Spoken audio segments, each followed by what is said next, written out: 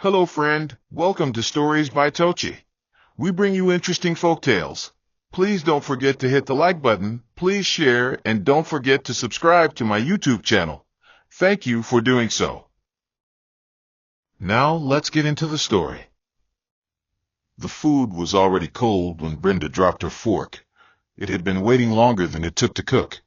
The peppered stew had gone oily on top. The rice clumped together like it always did when left too long. The living room light hummed faintly in the silence, the wall clock ticking loud enough to sound like mockery. Brenda shifted in her seat, her eyes flicking once more to the doorway. Nothing. Only the muted hum of the fridge and the sound of a dog barking somewhere down the street. Elijah had said he'd be home by 8. It was 11:30 now. No message, no call. She wasn't angry. Anger had burned out months ago. What remained was a hollow that felt like waiting in a room no one promised to return to. She stared at the chair across from her, its empty presence beginning to feel more permanent than temporary. In their bedroom, the bed was freshly made, sheets tucked with the corners crisp like hotel linen. Brenda sat at the edge, scrolling through her phone with tired thumbs. Not to call Elijah. She had done that already. 3 times. The first call had rung out. The second was declined. The third went unanswered. Instead, she checked her gallery, flipping through photos she had stopped updating a long time ago. Pictures from 3 years ago showed Elijah smiling beside her, his hand on her waist, his cheek pressed against hers like he meant it. Those days felt like stolen memories from someone else's life. Now, when he came home, if he came home, he would brush past her with muttered greetings, lock himself in his study, and emerge only to sleep. She had tried. God knows she had tried. Soft talks, hard talks, teary nights, letters she never gave him. But it was like trying to speak to a man underwater. Everything came out garbled, distant, and ignored. That night she lay beneath the covers, still dressed in the clothes she wore all day. She couldn't bring herself to change, not out of exhaustion, but because undressing felt too intimate, too vulnerable, something she had once done with anticipation, with hope that Elijah's hands would find her. But those days were gone, buried under a year of excuses and silence. The ceiling fan spun slowly above her, casting lazy shadows on the wall. She turned to Elijah's side of the bed, untouched, the pillow still bearing the faint scent of his cologne. Her chest tightened, not with sadness, but with the dull weight of habit. She wasn't used to love anymore, only to waiting. And waiting, she was starting to learn, could break a person without ever making a sound. Morning light filtered through the curtains in thin lines, casting pale streaks across the floor where Brenda's slippers lay untouched. The house was quiet. Too quiet for a home meant for two. Brenda stood by the window in her wrapper, arms folded tightly against her chest as she stared out at the compound. The neighbors' children were already playing, their voices bouncing off the concrete walls. Somewhere, a woman's laughter echoed faintly, a reminder of life still moving outside her stillness. She hadn't slept. The night had passed in long stretches of wakefulness, where every creak in the ceiling, every distant honk of a kiki, felt louder than it should. She had tried listening to worship songs, tried reading, even tried counting backwards from 100. Nothing helped. Sleep didn't want her. It had become a stranger, something that visited only when exhaustion forced her body to shut down. But this morning, even that escape had refused her. She leaned her forehead against the glass, letting the early sun warm her skin, and thought about how loneliness could be loudest at dawn.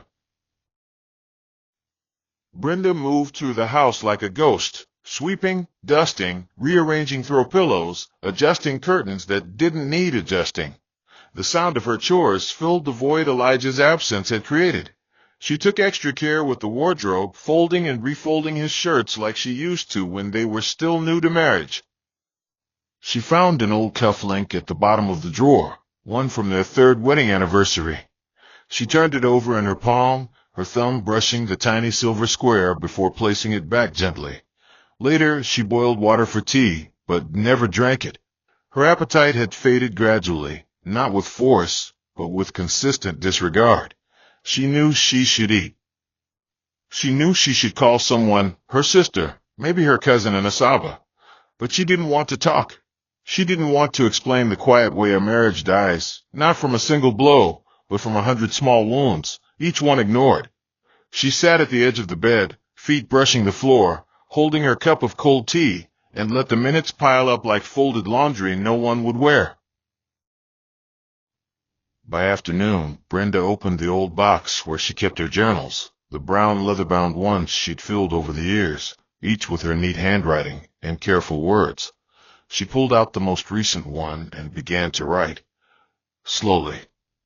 The ink bled into the page as her hand moved in rhythm with her breathing. She didn't write about the fights. There hadn't been many of those. Instead, she wrote about the silences, the way Elijah avoided her eyes when she spoke, the way his phone had become more familiar with his hands than hers. She wrote about how it felt to sleep on the edge of a bed that once held laughter and limbs tangled in warmth. She didn't mention hate. She didn't feel that. Not yet. Just the ache of feeling invisible in a house where she was supposed to be loved. Her handwriting slowed toward the end of the page, and she paused, staring at the sentence she hadn't meant to write. I don't know how much longer I can do this. She closed the journal and pressed it to her chest, breathing in the worn leather, as though it might offer her a kind of comfort she could no longer ask for. The supermarket was fuller than usual that Saturday morning, alive with the low hum of voices, metal trolleys clinking against one another, and the sharp scent of disinfectant hanging faintly in the air. Brenda moved slowly between the aisles, her basket only half full, yam, tissue paper, some seasoning cubes, and a loaf of bread she didn't really want. Shopping had become more of a ritual than a necessity, something to get her out of the house for an hour or two. She wasn't in a hurry. She found herself pausing to read labels she already knew by heart, standing longer in the spice section than she needed to, just to avoid going home too soon. Her fingers grazed a row of tomato paste cans when she heard a familiar voice, warm and slightly amused, call her name. Brenda? She turned slowly.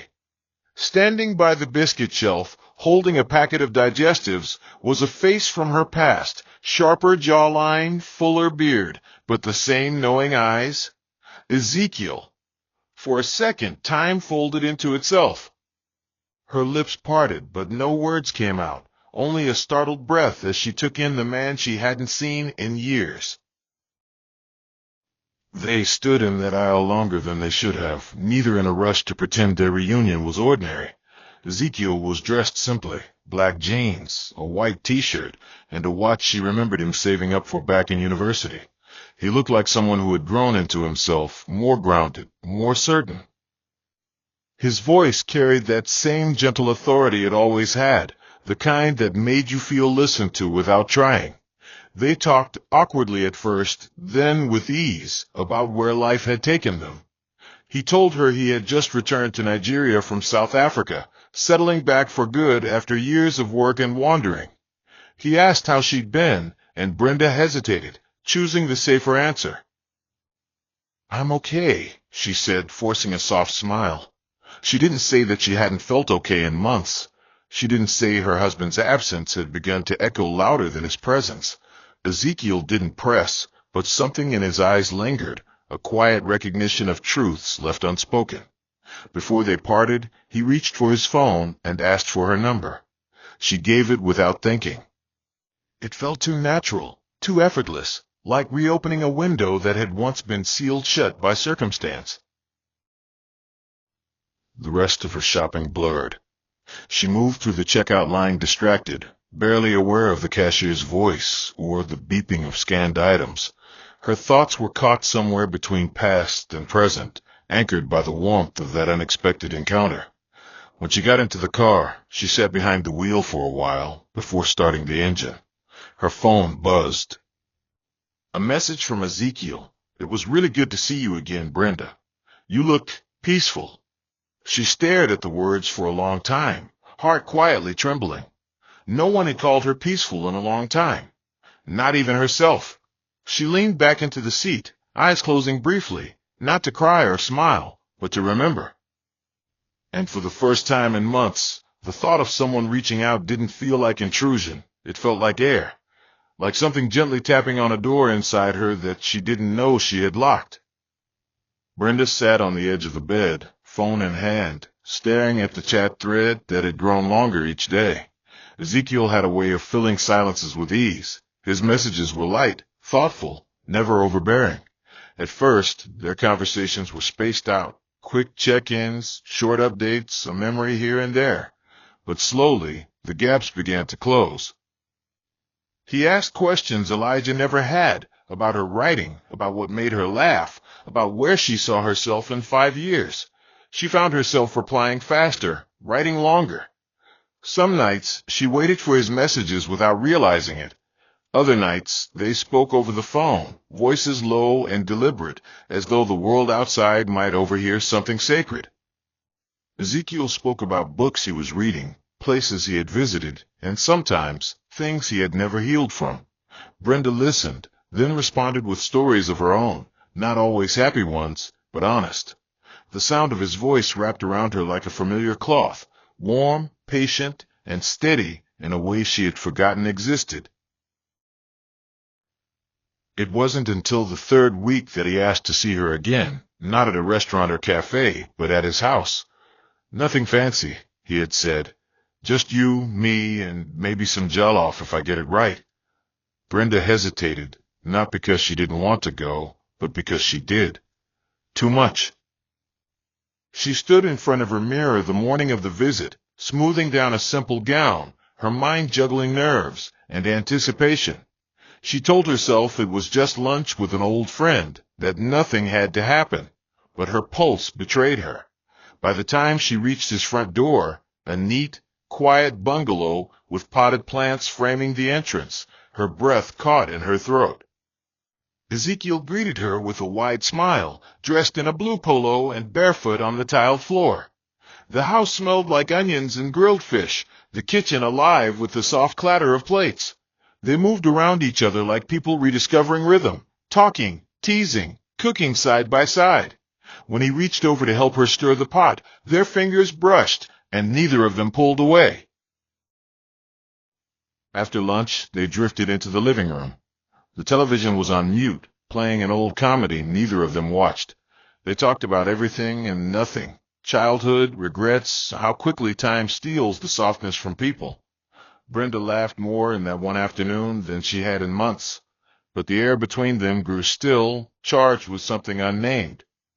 When Ezekiel reached out to tuck a loose strand of hair behind her ear, the moment snapped. Brenda didn't flinch. He didn't speak. He only leaned in slowly, and she let him. The kiss was gentle at first, hesitant. Then it deepened, fueled by all the words neither had said out loud. That night, as she lay in his bed, her back against his chest, she didn't feel shame. She didn't feel guilt. What she felt was warmth, uncomplicated, and overdue. She closed her eyes not in fear, but in quiet surrender. And for the first time in over a year, she slept through the night without waking once. The next morning unfolded like something sacred. Brenda woke slowly, the room washed in soft daylight that crept through pale curtains. For a few seconds, she didn't remember where she was. The air smelled faintly of cedarwood and fabric softener. The sheets were unfamiliar but warm, and Ezekiel's arm was draped gently across her waist, his breath slow and steady behind her. She lay still, afraid to disturb the quiet.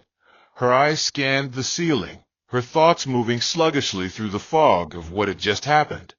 It hadn't felt like a mistake. There had been no haste, no reckless passion.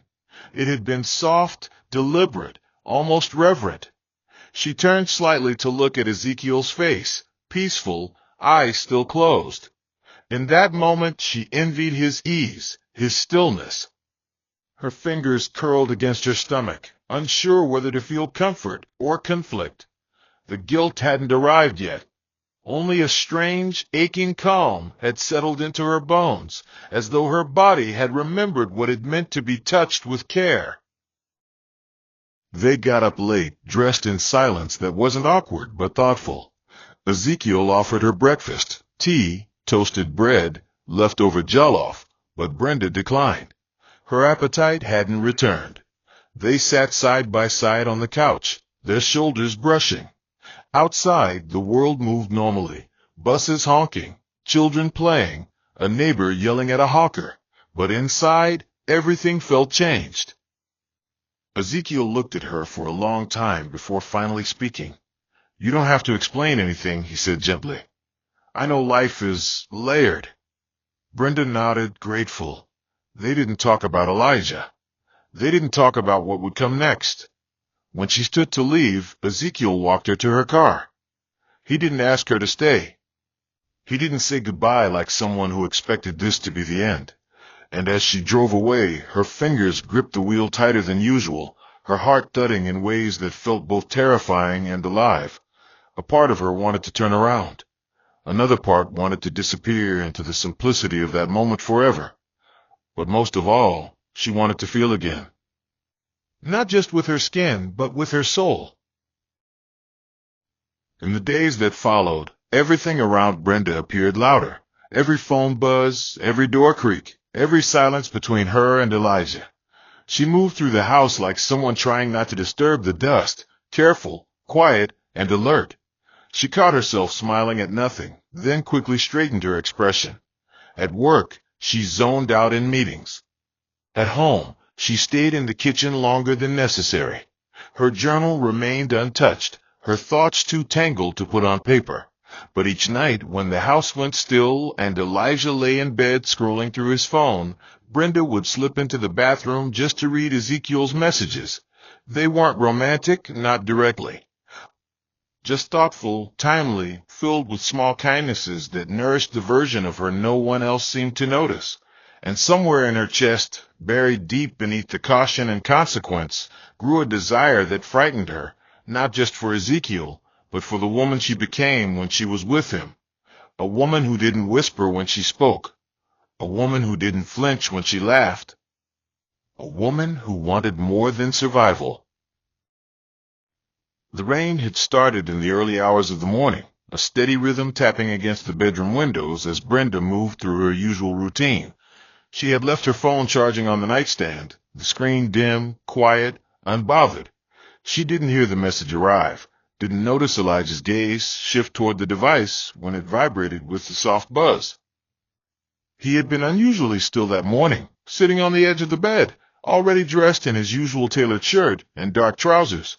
His fingers reached for the phone out of habit. He had done it before, checked her notifications when he thought she wasn't looking. But this time, the message didn't hide behind a name or cryptic phrasing. It was bold, clear. Last night was worth every risk. "I miss you already." Elijah didn't blink. He read it twice, then placed the phone gently back on the stand, a slow, controlled smile spreading across his face. When Brenda returned from the kitchen with a steaming mug of tea, she noticed something different, not in his eyes, but in the way he watched her, like a man who had finally found the missing piece to a puzzle he had stopped trying to solve. That night, the confrontation came, not in shouting or slamming doors, but in a voice so calm it chilled her. After dinner, Elijah stood by the window, the blinds casting long shadows across his face. He turned to her with a quiet authority and said, "You have two choices. Leave now or stay, but under my rules." Brenda froze, the weight of his words sinking faster than she could process. His rules came out like a checklist. No social media of any kind, full access to her phone and messages. He would install monitoring apps himself and complete disconnection from every friend, male or female. "If you want to remain in this house," he said, "you do it with full transparency. Total control. No exceptions." There was no mention of the message, no direct accusation, just conditions wrapped in cold civility. Brenda sat still on the edge of the couch, the cushion firm beneath her, her hands pressed between her knees. It wasn't the threat of losing the marriage that frightened her.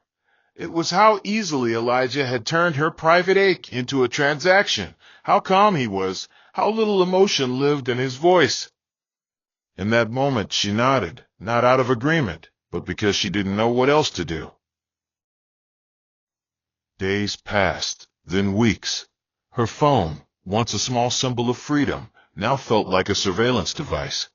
Elijah had kept his word. He monitored everything, deleted contacts, changed her passwords, installed an app that logged her calls and texts.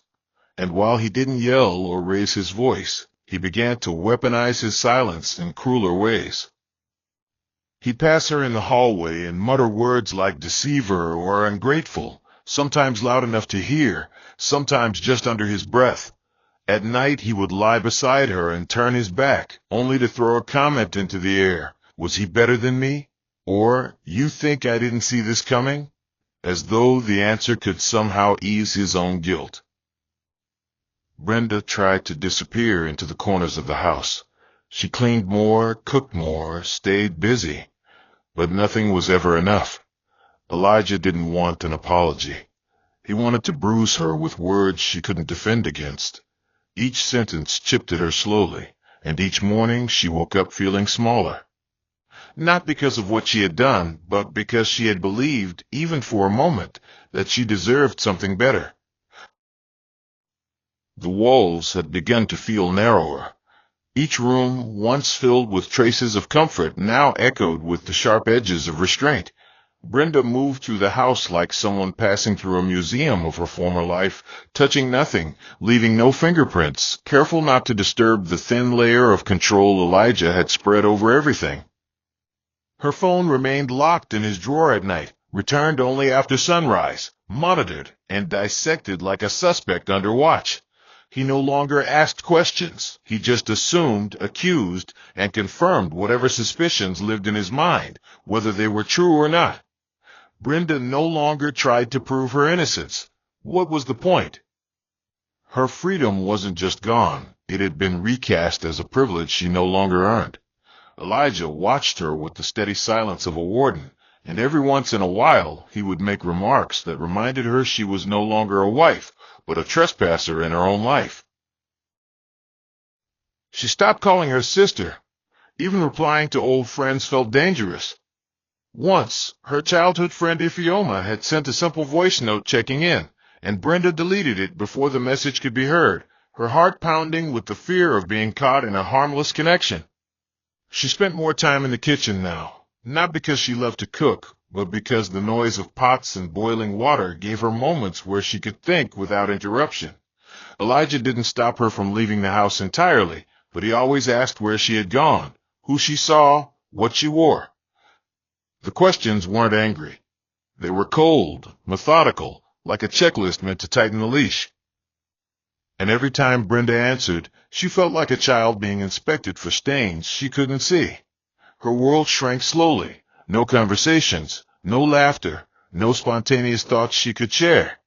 Even her reflection in the mirror began to look unfamiliar, like someone who once had dreams but had shrunk them down into silence just to survive the days. At night, Elijah often found new ways to break her spirit. He would lie beside her and talk into the dark, dropping bitter words like stones into still water.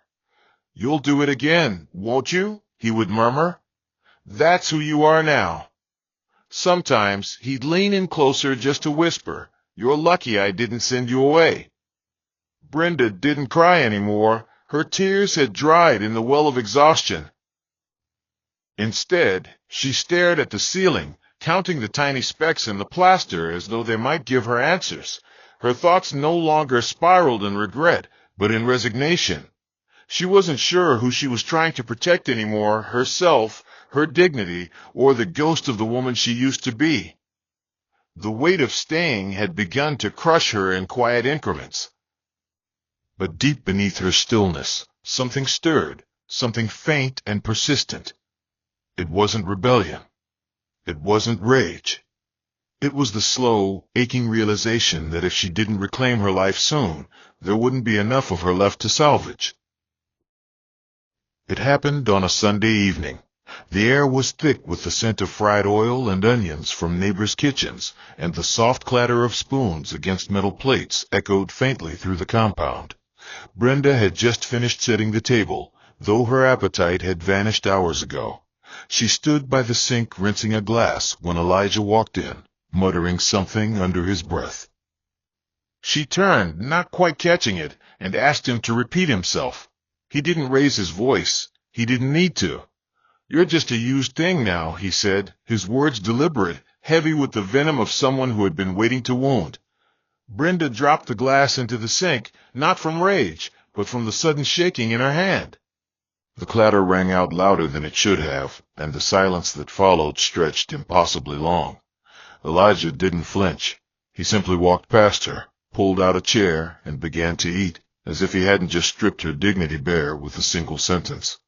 She stood there for a moment, then another, the edges of her breath catching in her throat like splinters. That night, something inside her went still, not broken, not loud, just still. It was the kind of stillness that came when something had finally run its course. Brenda didn't speak. She didn't cry. Instead, she moved quietly through the house, gathering only what she needed. A small overnight bag, some clothes, her journal, her ID. She left the rest. When she stepped out into the darkness, she didn't look back. Not at the house, not at the porch light Elijah had left on, not at the bedroom window that had watched her lie awake night after night. She took a cab to a friend's house across town, an old colleague from her teaching days, who asked no questions and gave her a spare mattress in a room filled with books and fading family photos. That first night away, Brenda lay on her side, knees drawn to her chest, listening to the unfamiliar hum of a fan in the corner. It was a borrowed space, a temporary escape, but it was hers for the moment, and in that borrowed silence she felt a strange peace settle into her bones, the kind that doesn't ask for forgiveness or explanation, only rest. Within a week, Brenda had filed for divorce. The papers were served without drama, just a knock at Elijah's gate and a signature at the bottom of a quiet envelope. His first call came the next day, then another and another. She didn't pick up. When she finally answered, he sounded different, not angry, not cruel, just tired. "Brenda," he said softly, "I didn't know I was losing you until I lost you." She didn't argue. She didn't remind him of the insults, the surveillance, the days she lived like a shadow. Instead, she said, "I'm not doing this to punish you. I'm doing this to find myself again." And she meant it. She started applying for jobs, anything to get her moving, thinking, rebuilding. Slowly, she began piecing herself back together, not for revenge, not for redemption, but for the simple truth that she still had a life to live, not as someone's wife, not as someone's mistake, but as a woman who chose to leave before she lost herself completely. The small office space smelled of freshly printed paper and floor polish. Brenda sat at the corner desk near the window, her name neatly typed on a laminated tag that read Administrative Assistant. It wasn't glamorous, and the pay was modest, but it was hers, earned, not given, and free of conditions. She arrived early each morning before the others, soaking in the quiet before the phones began to ring and files started piling. She liked the rhythm of it, routine without repression, structure without scrutiny. During lunch breaks, she'd sit alone under a mango tree near the compound's back fence, scribbling in her journal, sipping soft drinks, watching as lizards darted between cracks in the wall. Some days she smiled. Some days she didn't. But there was movement again in her days, a pulse of purpose that hummed beneath the fatigue. And though the ache lingered, it was no longer a cage. It was just proof she'd lived through something that hadn't killed her. She found a one-bedroom flat not too far from work, painted white with rusted balcony rails and a stubborn tap that dripped through the night. The place was quiet and a little lonely, but the solitude was clean, without accusation. Her bed was small but soft. Her clothes hung on wire hangers in an open wardrobe. She began buying things slowly: curtains, second-hand pots, a kettle that whistled when it boiled. One evening, she lit a candle not out of necessity, but just to enjoy its flickering glow as she wrote. The words that poured into her journal weren't bitter. They were slow, reflective, uncertain, but real. She wrote about the way the morning sun painted stripes on her tiled floor. She wrote about how healing wasn't a straight road, but a series of quiet choices: getting up, showing up, staying up. And sometimes she wrote to herself directly, signing each entry with love, Brenda, like a letter from the version of her that had once been buried beneath years of silence. Ezekiel hadn't called. Not since the day she left Elijah's house. Brenda thought about him, sometimes at night when the world was soft and she lay facing the wall, her fingers tracing the crease in her bedsheet. He had been a spark, a mirror, a moment. But he wasn't the reason she left. He was just the one who reminded her what her own voice sounded like. And maybe that was enough. If their paths crossed again, she'd be ready. If not, she'd carry the warmth of what they shared like a folded note in her pocket, kept, not flaunted. One afternoon, as she watered the small plant by her window, a neighbor greeted her with a smile. It was a simple gesture, almost forgettable, but it made her pause. She smiled back, no longer the ghost of a woman waiting to be rescued, but someone who had rescued herself one step at a time. The scars were still there, but they no longer defined her. They were part of the map now, guiding her forward. The house Elijah once called home had grown eerily still. The walls, once filled with movement and muffled conversations, now echoed with the sound of his own footsteps. The leather couch in the sitting room sagged slightly where Brenda used to sit, and her absence lingered in the way things stayed untouched. Her favorite mug still in the back of the cabinet, her perfume faint in the bathroom drawers, the floral bedsheets she insisted on now folded neatly in a linen box he hadn't touched. He had moved through those early days after her departure with disbelief cloaked in pride. But the silence didn't argue. It only watched, waited, and stretched itself across every room. The routines that once gave him control now felt hollow. He came home earlier than he used to, expecting noise, expecting presence. Instead, there was just the whir of the fan, the dull throb of regret he could no longer explain away, and the echo of a woman who had needed him and found no one there. He sat at the dining table one evening, eating reheated stew, when he reached for one of her old journals. It had been left behind, accidentally, he assumed, but as he opened it, the neat handwriting stunned him into stillness. He didn't recognize the woman who had written those pages. She was raw and tender, bleeding silently into the margins of every entry. One line held him in place for minutes. "I was never asking him to be perfect. I was just asking him to see me." Elijah closed the journal with shaking hands. That night, he lay on the bed, wide awake, the ceiling offering no answers. The memories crept in slowly: how many times she had waited with food untouched, the way her voice had cracked when she tried to speak, and he pretended not to hear. The guilt was not sudden. It was gradual, like a rope tightening with every recollection. And somewhere between the weight of memory and the hush of the night, he whispered an apology into the dark. Not because she was listening, but because it was the only thing left to do. Brenda, on the other hand, was learning to live with lightness. One Saturday afternoon, she wandered through a roadside market, the air bustling with the scent of ripe fruit and the banter of traders calling out to passers-by. She bought a yellow scarf, brightly patterned, not for warmth, but for joy. Her steps were unhurried, her spirit not quite whole, but undeniably hers again. When she got home, she made a simple meal, set it on her small table, and ate with both hands. She didn't think about the past that often anymore, just occasionally, in soft moments. That evening, she sat by her window as the sun melted into the sky, painting the streets in gold. She didn't need to call anyone. She didn't need a reply.